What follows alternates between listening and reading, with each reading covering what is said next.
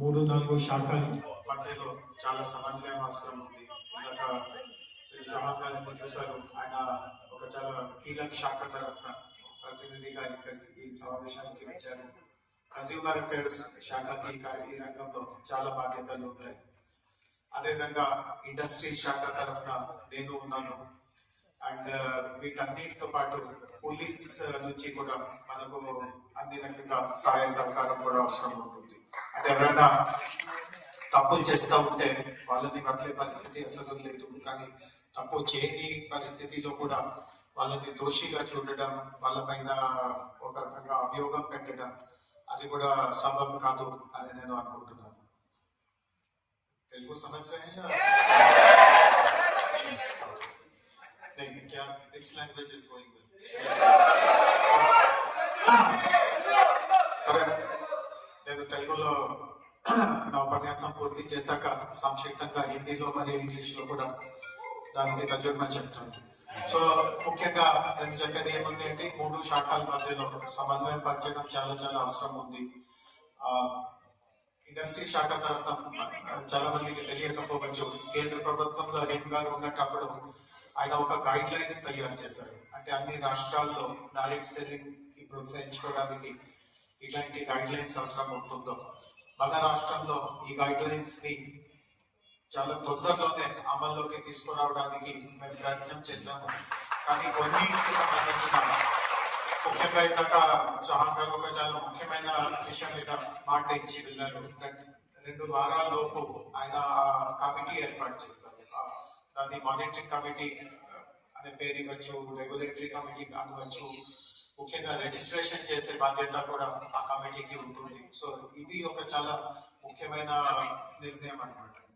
ఎందుకంటే మీ దగ్గర ఈ డైరెక్ట్ సెల్లింగ్ కార్యక్రమం జరుపుకోవడానికి మీ దగ్గర సరైన వ్యవస్థ ఉంటే రిజిస్ట్రేషన్ సులభం అవుతుంది. రిజిస్ట్రేషన్ అయ్యాక మీ పైన ఏమాత్రం కూడా అంత అనుమానం పడే పరిస్థితి ఉండదు.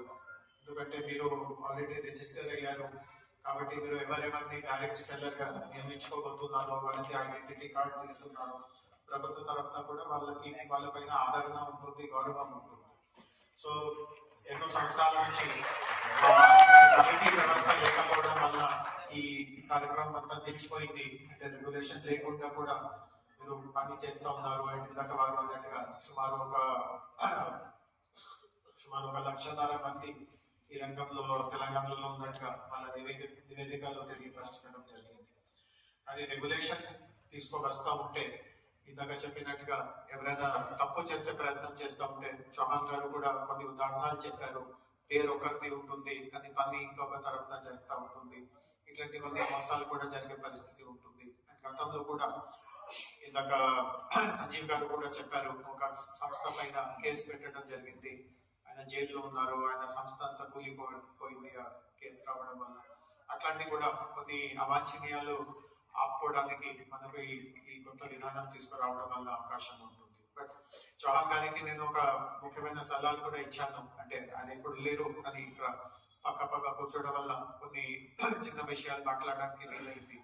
వారికి నేను ఇంకొక చాలా ముఖ్యమైన విషయం ఏం చెప్పాను అంటే, మీరు ఏది కమిటీ పెడతా ఉన్నారో అసోసియేషన్ సభ్యులని కూడా దాంట్లో చేరండి. దాన్ని ఒక ప్రభుత్వ సంస్థగా మారవద్దు. వాళ్ళు కూడా దాంట్లో మన ప్రతినిధిగా ఉంటే, సభ్యుడుగా ఉంటే వాళ్ళపైన కూడా బాధ్యత పెరుగుతుంది. ఎందుకంటే అంటే ప్రభుత్వం మాత్రమే అందరిపైన నిఘా పెడుతూ ఉండాలి, ఇది కరెక్ట్ కాదు. మీలో కూడా కొంతవరకు ఆ బాధ్యత రావాలి. సరే మేము కరెక్ట్ గా చేస్తా ఉన్నాము, బట్ ఎవరైనా తప్పుగా చేస్తా ఉంటే వాళ్ళ సమాచారం మేమే ఎందుకు ముందుకు వెళ్ళి వాళ్ళకి చెప్పకూడదు. పోలీసుకి కానీ, కన్స్యూమర్ అఫేర్స్ శాఖ వారికి కానీ, మా ఇండస్ట్రీ శాఖ వారికి కానీ మేమే ఎందుకు ఈ విషయాల్ని బహిరంగ ఎందుకు చేయకూడదు. సో ఎవరో పోలీస్ తరఫున ఎవరో వస్తారో, వాళ్ళ దొంగల్ని పట్టేస్తారు, అంతవరకు నేను ఏం చేయము, చూస్తూ ఉంటాను, నిద్రపోతూ ఉంటాను, ఇట్లాంటి ఆలోచన ఉంటే చివరిలో మొత్తం ఈ డైరెక్ట్ సెల్లింగ్ సమాజం పైనే ఇట్లాంటి దుష్ప్రభావం వస్తుంది.